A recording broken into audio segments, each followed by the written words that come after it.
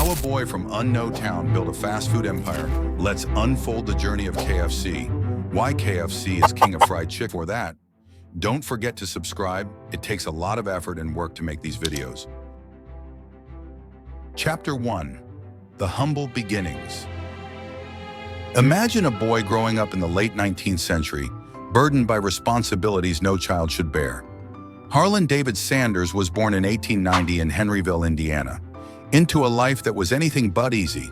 When he was just 6 years old, his father died suddenly, leaving his mother to care for 3 young children. To help his family, Sanders took on the role of caretaker, learning to cook and manage household duties at an age when most children were still playing in the yard. Sanders' early life was a series of hardships and odd jobs. He worked as a farmhand, a streetcar conductor, a railroad fireman, and even a soldier. Yet none of these roles brought him satisfaction or stability. It seemed like Sanders was destined for a life of struggle, until his love for cooking began to shine through. By his 40s, he was running a modest service station in Corbin, Kentucky, where he also prepared meals for weary travelers. This was where his journey toward culinary greatness truly began.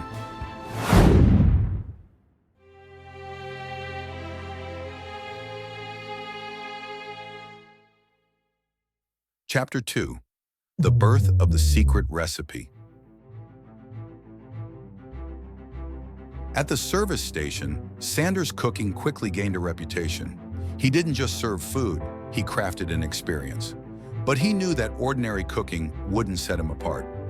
Sanders started experimenting, blending different herbs and spices to create the perfect fried chicken. After countless trials and errors over the span of several years, he landed on a secret blend of 11 herbs and spices that remains a closely guarded secret to this day. How is this secret recipe protected, even as KFC operates in over 100 countries? The recipe is written on a single piece of paper, locked in a high-security safe at KFC's headquarters in Louisville, Kentucky. Only a handful of employees know the full list of ingredients, and even they don't have access to the precise measurements. Those are divided between 2 separate suppliers. This compartmentalization ensures that no single entity can replicate the recipe in its entirety. Additionally, KFC employs stringent quality control measures to maintain consistency across its global outlets. Sanders also revolutionized the cooking process. Traditional fried chicken took too long to prepare, often leaving customers waiting. To solve this, Sanders adopted the pressure cooker in the 1930s, adapting it to fry chicken faster while retaining its flavor and moisture.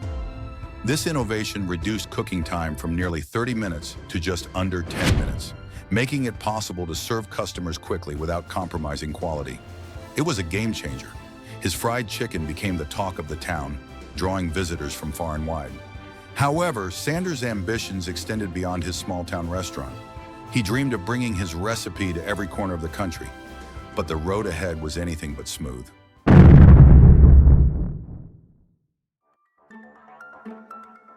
Chapter 3. The Struggle to Franchise. By the 1950s, Sanders was in his 60s, an age when most people think about retiring. But instead of slowing down, Sanders was gearing up.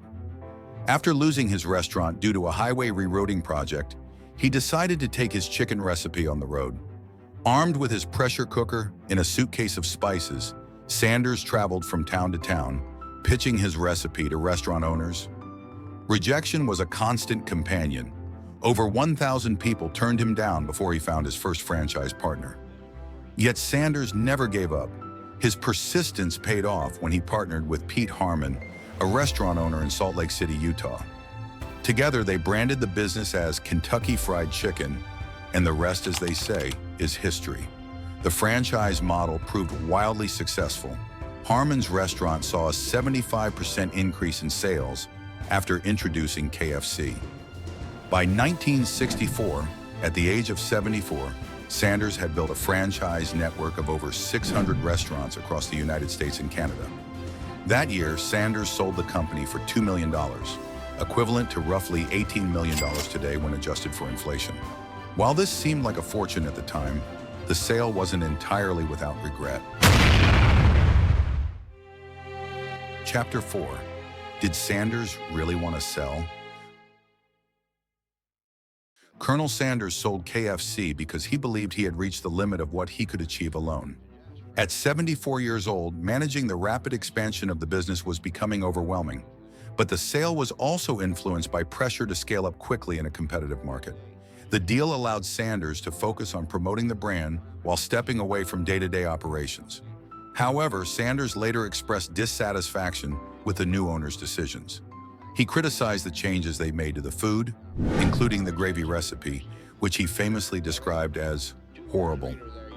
While he was the face of the brand, he had little control over its direction. This disconnect led to frustration, as Sanders felt his original vision was being diluted in the pursuit of profits. Adding to the controversy, the new owner sued Sanders at one point, claiming he was interfering with the company's operations by publicly criticizing the food quality. Although the lawsuit didn't result in significant consequences, it highlighted the growing tension between Sanders and the corporation that now controlled his legacy. Chapter 5. KFC's current ownership and reality today. KFC is owned by Yum! Brands, a multinational corporation that also owns Taco Bell and Pizza Hut. Yum! Brands generates billions in annual revenue, with KFC being one of its most profitable segments. While the company has successfully expanded KFC's global footprint, some critics argue that the focus on growth has come at the expense of quality and authenticity. One notable strategy that boosted KFC's global success was its embrace of cultural traditions. In Japan, for instance, KFC has become synonymous with Christmas. This began in the 1970s when the company launched a marketing campaign promoting fried chicken as a holiday meal. The campaign was so successful that today, millions of Japanese families order KFC for Christmas, creating a $50 million annual tradition. However, the company's decision to stop using Kentucky in its name in the 1990s sparked curiosity. While rumors circulated that it was due to a legal dispute with the state of Kentucky, the reality was more practical. KFC's shortened name made it easier to brand internationally, ensuring global appeal without linguistic or cultural barriers. No? Franchisees often bear the brunt of corporate demands, from strict operational guidelines to high royalty fees. Some have raised concerns about profit margins, especially in markets with rising costs and fierce competition. Additionally, controversies surrounding labor practices and environmental impact have occasionally marred the brand's reputation.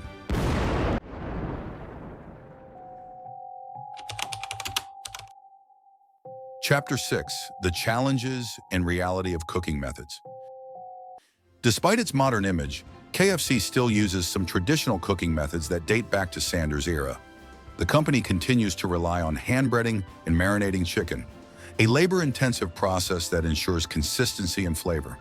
However, some critics have pointed out that older equipment and practices in certain outlets may compromise efficiency and hygiene standards, especially in under-regulated markets. KFC's stringent quality controls and compartmentalized recipe secrecy, however, mitigate many potential risks. Even in over 100 countries, the taste of KFC's chicken remains remarkably consistent, a testament to the company's adherence to Sanders' original vision.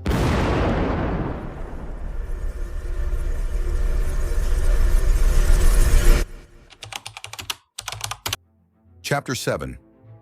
Lessons from Sanders' Legacy. Harlan Sanders' journey is more than just a story about fried chicken. It's a masterclass in resilience and entrepreneurship. His life reminds us that success often comes after countless failures. Sanders didn't achieve greatness overnight. He faced rejection, financial ruin, and personal struggles, yet he kept going. The Colonel's story also underscores the importance of innovation.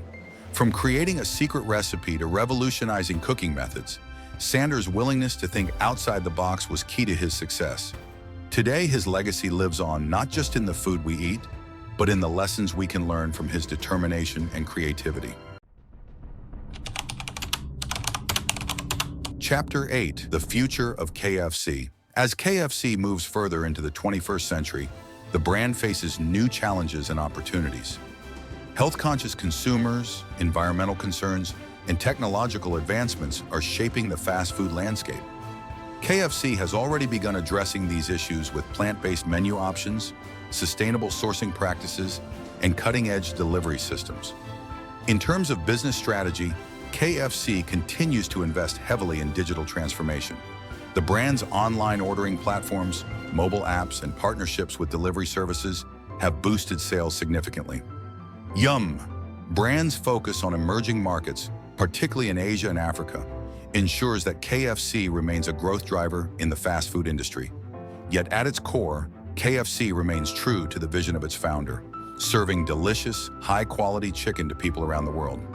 Whether you're enjoying a bucket of original recipe in Kentucky or a zinger burger in Tokyo, you're part of a legacy that began with one man's dream. Closing thoughts. Harlan Sanders' story is a powerful reminder that it's never too late to pursue your dreams. He turned a simple fried chicken recipe into a global phenomenon, proving that persistence, innovation, and passion can overcome even the toughest obstacles.